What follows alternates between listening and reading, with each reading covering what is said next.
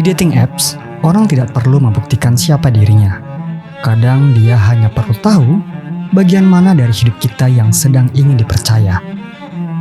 Mungkin dia datang lewat aplikasi, mungkin lewat DM, mungkin lewat komentar yang awalnya biasa saja, atau mungkin lewat percakapan yang terjadi di waktu yang terlalu tepat. Ketika kita sedang lelah, sedang patah, atau sedang merasa tidak ada orang yang benar-benar mendengar. Dia tidak langsung bilang cinta, dia tidak langsung meminta apa-apa, tapi dia hanya hadir. Membalas pesan dengan cepat, mengingat hal kecil yang kita ceritakan, menanyakan kabar dengan cara yang terasa tidak basa-basi, mengatakan kalimat yang selama ini ingin kita dengar dari orang lain, tapi tidak pernah kita dapatkan. Lalu perlahan seseorang yang beberapa hari lalu masih asing, mulai terasa seperti orang yang paling mengerti kita. Dan disitulah masalahnya dimulai. Karena ilusi mengenal seseorang tidak selalu lahir dari kebohongan besar. Kadang ia lahir dari perhatian kecil yang datang pada waktu yang terlalu tepat. Pada episode kali ini, Suara Buku akan membahas salah satu buku dari Malcolm Gladwell. Ia menulis dalam bukunya Talking to Strangers untuk membahas satu masalah yang terdengar sederhana, tapi sebenarnya sangat sulit kita akui. Kita tidak sepintar itu dalam membaca orang lain. Buku ini tidak dimulai dari dunia percintaan. Gladwell membukanya dari kasus yang jauh lebih berat, yaitu pertemuan antara seorang warga dan polisi yang berakhir tragis. Dari sana, ia membawa kita ke dunia mata-mata. Diplomat, pengadilan, kampus, sampai kasus kriminal yang memperlihatkan pola yang sama, yakni manusia sering keliru membaca orang lain. Bukan karena kita selalu bodoh, bukan karena kita selalu ceroboh, tapi karena kita membawa asumsi tertentu setiap kali bertemu manusia lain. Kita percaya bahwa orang yang terlihat jujur memang benar-benar jujur. Orang yang terlihat tenang memang aman. Orang yang terdengar hangat memang tulus. Orang yang bercerita banyak tentang dirinya berarti sedang membuka diri. Padahal manusia tidak sesederhana itu. Dan hari ini, salah satu tempat paling intens untuk bertemu orang asing adalah ruang kecil yang kita pegang setiap hari, yakni layar ponsel, dating apps, media sosial, DM yang tidak terencanakan, percakapan malam yang awalnya hanya iseng lalu pelan-pelan terasa terlalu personal untuk disebut biasa. Disitulah pertanyaan Gladwell menjadi lebih intim. Bukan hanya kenapa kita sulit membaca orang asing, tapi kenapa kita begitu ingin percaya kepada orang asing, terutama ketika dia datang membawa perhatian yang sedang kita butuhkan. Beberapa tahun yang lalu, film dokumenter The Tinder Swindler membuat banyak orang terkejut, terutama aku sendiri. Kalau belum nonton, silakan nonton di Netflix. Inti ceritanya tentang seorang pria yang membangun persona sebagai sosok kaya, berkelas, dan penuh bahaya. Ia tampil seperti seseorang yang hidupnya jauh dari kebanyakan kita. Ada kemewahan, ada perjalanan, ada dunia yang terlihat mahal dan sulit disentuh. Tapi bagian paling penting dari kisah itu bukan kemewahannya. Bagian paling penting adalah cara semuanya dimulai. Ia tidak langsung meminta uang. Ia tidak langsung menunjukkan wajah seorang penipu. Ia membangun rasa percaya lebih dulu. Ada obrolan, ada perhatian, ada kesan bahwa kita sedang dipilih oleh seseorang yang hidupnya istimewa. Lalu, setelah kedekatan itu terbentuk, barulah muncul krisis. Ada ancaman, ada musuh, ada keadaan darurat. Ada juga alasan kenapa kartu tidak bisa dipakai. Ada permintaan bantuan yang dalam cerita yang sudah dibangun sebelumnya terdengar masuk akal. Orang yang tertipu tidak merasa sedang masuk perangkap. Mereka merasa sedang menolong seseorang yang mereka percaya. Itulah yang membuat kisah ini seperti begitu mengganggu. Karena dari luar, setelah semuanya terbongkar, kita mudah bertanya, kenapa bisa percaya? Kenapa tidak sadar? Kenapa tidak berhenti dari awal? Tapi pertanyaan itu terlalu mudah. Karena kita menanyakan dari tempat yang sudah tahu akhir ceritanya. Kita melihat pola setelah semua kepingannya tersusun. Padahal orang yang mengalaminya tidak hidup di akhir cerita.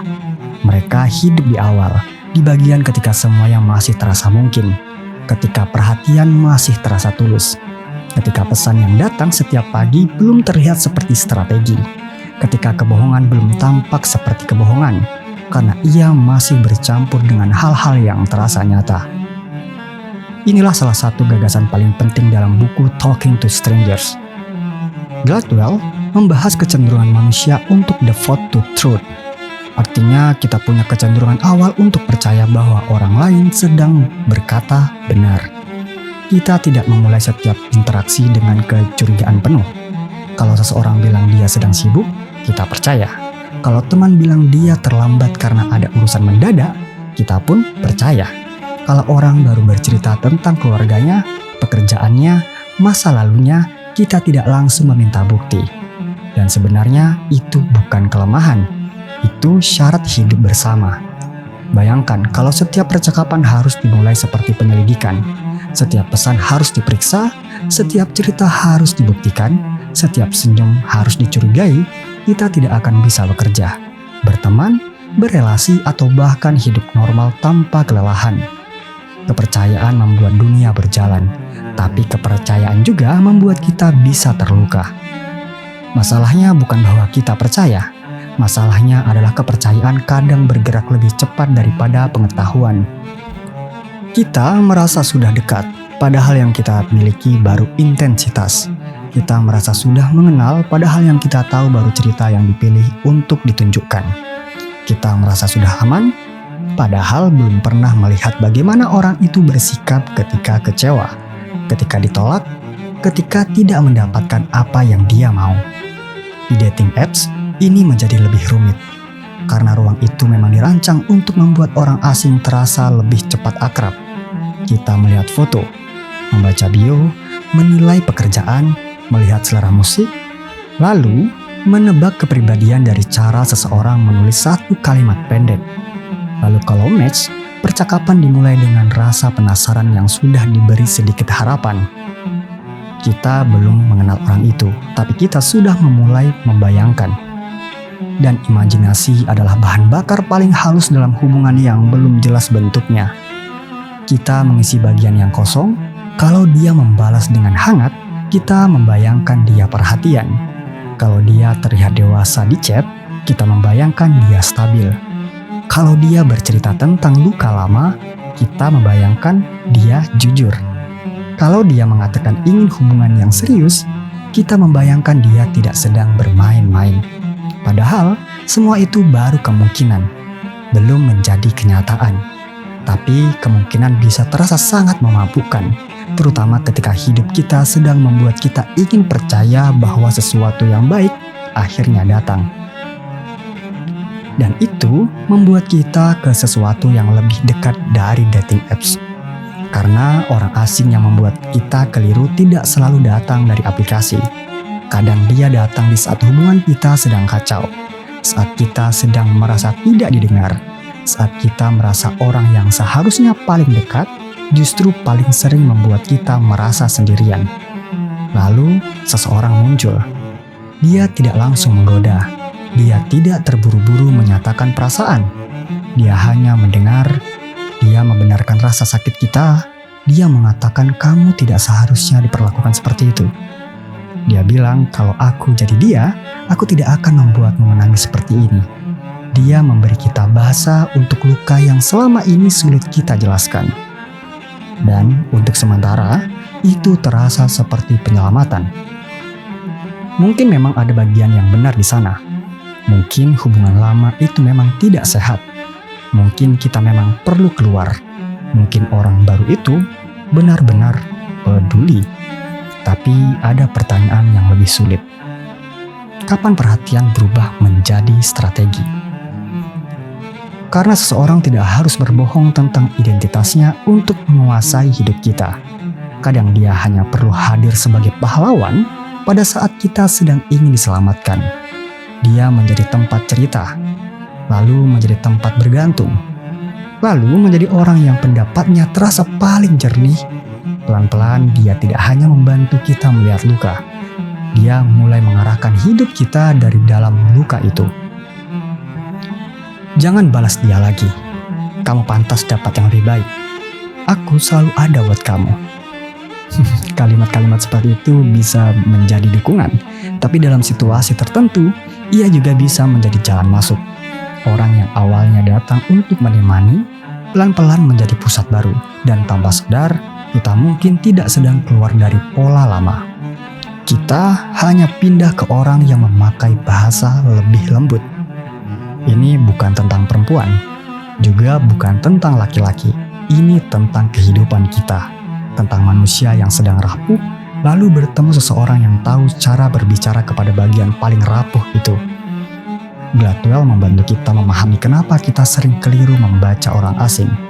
Tapi dunia relasi hari ini membawa pertanyaan itu ke tempat yang lebih intim. Bagaimana kalau orang asing itu tidak datang sebagai ancaman, tapi sebagai jawaban atas kesepian kita?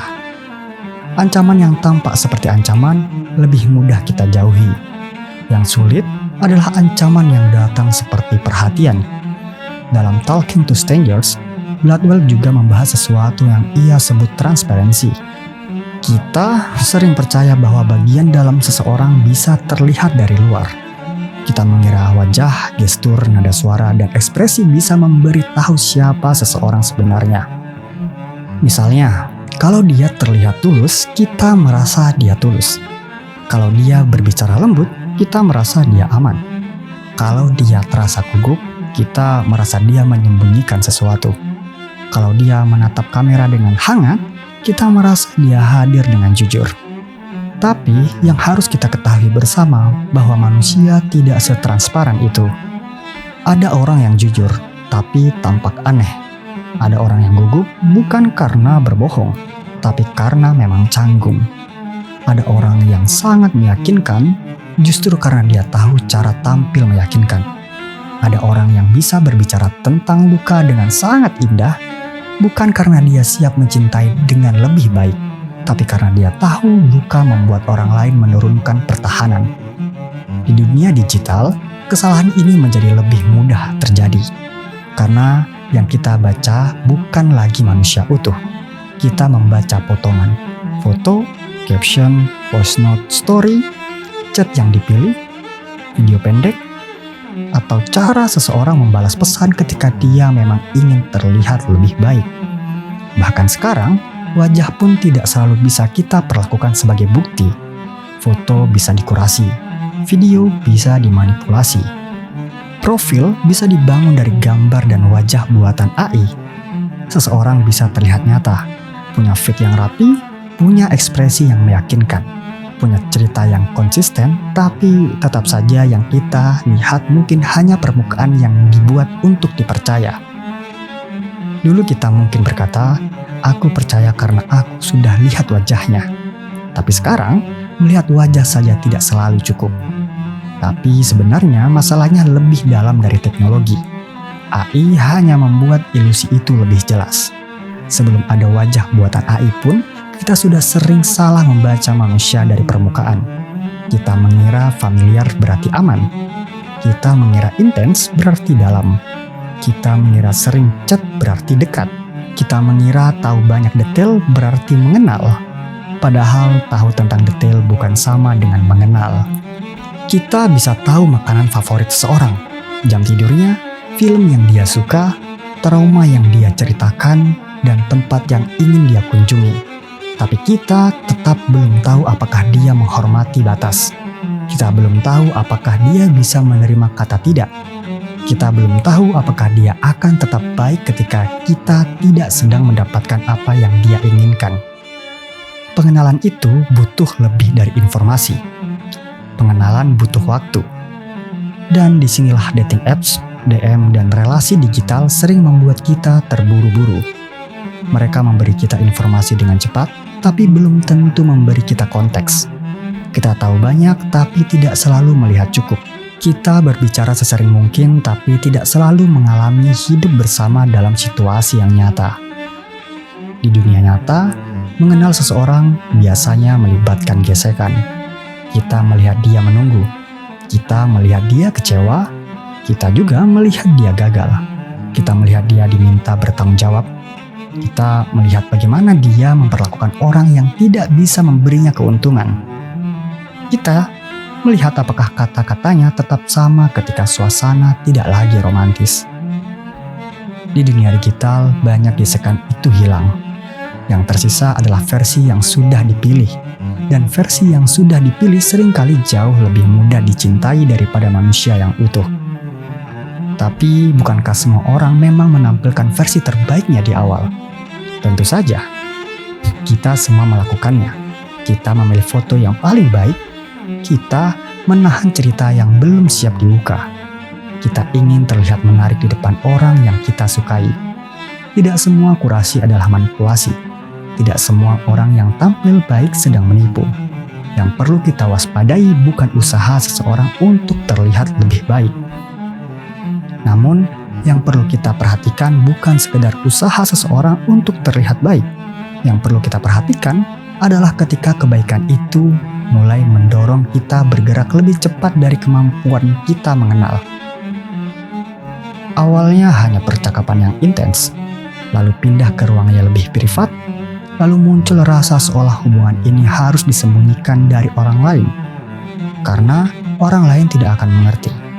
Pelan-pelan, kebutuhan kita untuk berhati-hati dibuat terasa seperti kurang percaya. Kalau kita butuh waktu, kita dianggap ragu. Kalau kita masih ingin mendengar pendapat orang lain, kita dianggap tidak serius.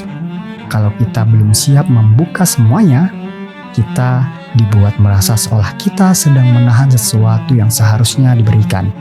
Dan di titik itu, ukuran cinta mulai bergeser. Bukan lagi apakah kita merasa aman, tapi seberapa jauh kita mau membuktikan bahwa kita percaya. Kadang, tanda bahaya bukan kekasaran. Kadang tanda bahaya adalah cara seseorang membuat dunia kita mengecil. Sampai hanya pendapatnya yang terdengar paling masuk akal. Semua yang datang dari luar mulai terasa seperti gangguan. Teman yang bertanya dianggap iri. Keluarga yang khawatir dianggap tidak paham. Keraguan kecil dalam diri sendiri pun mulai kita bungkam, karena kita sudah terlalu ingin cerita ini benar. Romance scam bekerja dengan pola seperti itu. Orang yang menipu sering membangun kedekatan lebih dulu. Mereka membuat hubungan terasa pribadi. Mereka membuat percakapan terasa rutin, lalu jarak dijadikan alasan kenapa pertemuan belum bisa terjadi. Pekerjaan jauh, proyek penting, situasi darurat, sinyal buruk, waktu yang tidak pas. Lama-lama yang tidak bisa diverifikasi justru diberi penjelasan emosional. Misalnya, dia tidak bisa bertemu karena hidupnya sulit. Dia tidak bisa video call karena pekerjaannya rumit. Dia butuh bantuan hanya karena kita yang dia percaya. Dia meminta rahasia karena hubungan ini spesial. Kita tidak lagi menilai kenyataan. Kita menjaga cerita. Dan mungkin ini bagian paling meyakinkan dari hubungan yang manipulatif. Yang rusak bukan hanya uang, waktu, tubuh, atau kepercayaan kepada orang lain. Namun yang rusak adalah kepercayaan kepada diri sendiri.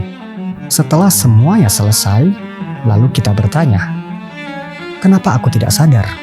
Kenapa aku percaya? Kenapa aku mengabaikan tanda-tanda itu? Kenapa aku membela seseorang yang ternyata tidak menjagaku? Pertanyaan-pertanyaan itu bisa lebih kejam daripada orang yang menyakiti kita. Karena setelah ditipu, kita sering ikut menghukum diri sendiri.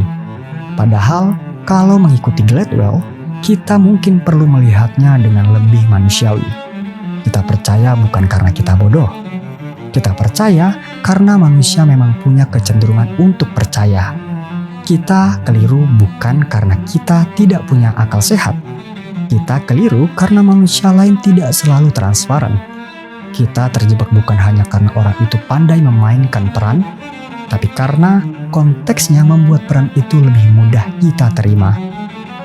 Waktu kemunculan seseorang bisa mengubah cara kita membacanya. Orang yang datang saat kita baik-baik saja mungkin terasa biasa, tapi orang yang datang saat kita sedang hancur bisa terasa seperti takdir. Kalimat yang di hari normal terdengar sederhana, mungkin bisa terasa sangat dalam ketika kita sedang tidak punya tempat pulang. Perhatian yang biasa saja bisa terasa luar biasa ketika kita sudah lama merasa tidak dipilih. Itulah kompling dalam hidup sehari-hari. Gladwell memakai gagasan kompling untuk menunjukkan bahwa perilaku manusia sering terikat pada konteks tertentu. Kita tidak bisa memahami sebuah tindakan hanya dengan melihat orangnya. Kita juga harus melihat tempatnya, waktunya, situasinya, dan kondisi emosional di sekitarnya. Dalam relasi ini sangat penting, karena kadang pertanyaannya bukan hanya siapa orang ini, tapi mengapa aku begitu percaya kepadanya sekarang? Apa yang sedang kosong dalam hidupku sehingga perhatian kecil pun terasa seperti bukti yang besar? Apa yang sedang retak dalam diriku sehingga orang baru terasa seperti rumah? Apa yang sedang tidak aku dapatkan sampai seseorang yang belum benar-benar ku kenal bisa terasa lebih aman daripada orang-orang yang sudah lama ada? Pertanyaan-pertanyaan itu memang tidak enak untuk didengar, tapi justru di sanalah letak pentingnya. Karena kalau kita hanya bertanya apakah orang itu jujur atau tidak, kita mungkin kehilangan separuh cerita. Separuh lainnya ada pada diri kita sendiri. Pada kebutuhan yang sedang terbuka, pada luka yang sedang mencari bahasa, pada kebiasaan yang diam-diam ingin percaya bahwa kali ini seseorang datang untuk tinggal. Talking to Strangers pada akhirnya bukan buku yang mengajak kita membenci orang asing. Gladwell tidak mengatakan bahwa semua orang harus dicurigai. Ia justru mengingatkan bahwa masyarakat tidak mungkin berjalan tanpa kepercayaan. Yang jadi masalah, kita sering terlalu yakin bahwa kita bisa mengubah orang asing menjadi orang yang dikenal hanya karena kita sudah berbicara lama dengannya. Dalam relasi hari ini, keyakinan itu muncul dalam bentuk yang sangat personal. Kita merasa sudah mengenal seseorang karena percakapan terasa dalam, karena dia tahu cerita yang tidak banyak orang tahu, karena dia muncul di jam-jam yang sepi, karena dia memberi kata-kata yang tepat, atau karena dia tidak seperti orang-orang yang dulu menyakiti kita. Tapi mungkin pertanyaan yang perlu kita ajukan selanjutnya bukan hanya apakah dia berbeda dari orang sebelumnya. Mungkin pertanyaannya apakah kita sedang mengenalnya atau sedang membutuhkan dia untuk menjadi berbeda. Ada jarak yang tipis antara merasa dipahami dan sedang dipelajari. Dari luar keduanya bisa terlihat sama. Sama-sama ada perhatian. Sama-sama ada ingatan tentang hal kecil. Atau sama-sama ada kalimat yang terasa pas. Yang membedakan adalah arahnya. Orang yang memahami kita dengan tulus membuat hidup kita terasa lebih luas. Kita masih punya teman. Kita masih bisa berpikir. Kita masih bisa berkata tidak. Dan kita juga masih bisa mempertimbangkan. Orang yang mempelajari kita untuk menguasai biasanya membuat dunia kita mengecil. Pelan-pelan semua jalan kembali ke dia. Semua keputusan perlu pendapatnya. Semua keraguan terasa seperti pengkhianatan. Semua batas dianggap kurang percaya. Dan mungkin disitulah kita perlu berhenti sebentar. Bukan untuk menuduh semua perhatian sebagai manipulasi, tapi untuk bertanya, perhatian ini sedang membuatku lebih bebas atau semakin bergantung. Ada pesan yang terasa hangat karena memang tulus. Ada juga pesan yang terasa hangat karena dikirim tepat ke bagian diri kita yang sedang kedinginan. Kita tidak selalu bisa membedakannya di awal, dan itu mungkin sebabnya kita perlu memberi waktu kepada hal-hal yang terasa terlalu cepat menjadi penting. Bukan karena cinta harus dicurigai, bukan karena orang asing tidak mungkin baik, tapi karena hidup kita terlalu berharga untuk diserahkan kepada seseorang hanya karena dia muncul saat kita sedang ingin diselamatkan. Kadang, cara paling dewasa untuk menghargai cinta bukan dengan cepat percaya, tapi dengan membiarkan waktu ikut bicara. Lihat siapa yang tetap menghormati kita ketika kita berkata tidak. Lihat siapa yang tidak marah ketika kita butuh bukti. Lihat siapa yang tidak terburu-buru meminta akses ke tubuh, uang, rahasia, keputusan, atau masa depan kita. Lihat siapa yang senang ketika hidup kita tetap punya ruang untuk orang lain, bukan hanya untuk dia. Orang yang tulus tidak takut pada waktu. Yang palsu biasanya ingin segera dipercaya sebelum panggungnya runtuh. Jadi, lain kali ada orang asing yang datang dengan perhatian yang terasa sangat cepat, jangan langsung menyebutnya buruk. Tapi jangan juga terlalu cepat menyebutnya takdir. Tarik nafas dulu, pelankan cerita, biarkan kenyataan itu masuk. Begitulah kira-kira wahai pendengar suara buku yang mengikutiku sejak lama. Karena kadang yang kita butuhkan bukan orang yang paling cepat membuat kita merasa dikenal, tapi orang yang cukup sabar untuk benar-benar mengenal kita, tanpa menjadikan luka kita sebagai jalan pintas menuju hidup kita. Kalau kamu mendengarkan episode ini di Spotify, jangan lupa follow Suara Buku. Kalau misalkan nonton di YouTube atau mendengarkan, bantu channel ini untuk terus berkembang dengan cara subscribe, like kalau suka. Kalau tidak suka silahkan dislike, tulis komentar kira-kira pembahasan apa yang menarik untuk episode selanjutnya. Sampai jumpa di episode berikutnya. Semoga episode berikutnya tidak lama seperti episode kali ini yang terasa seperti ambisius. Terima kasih.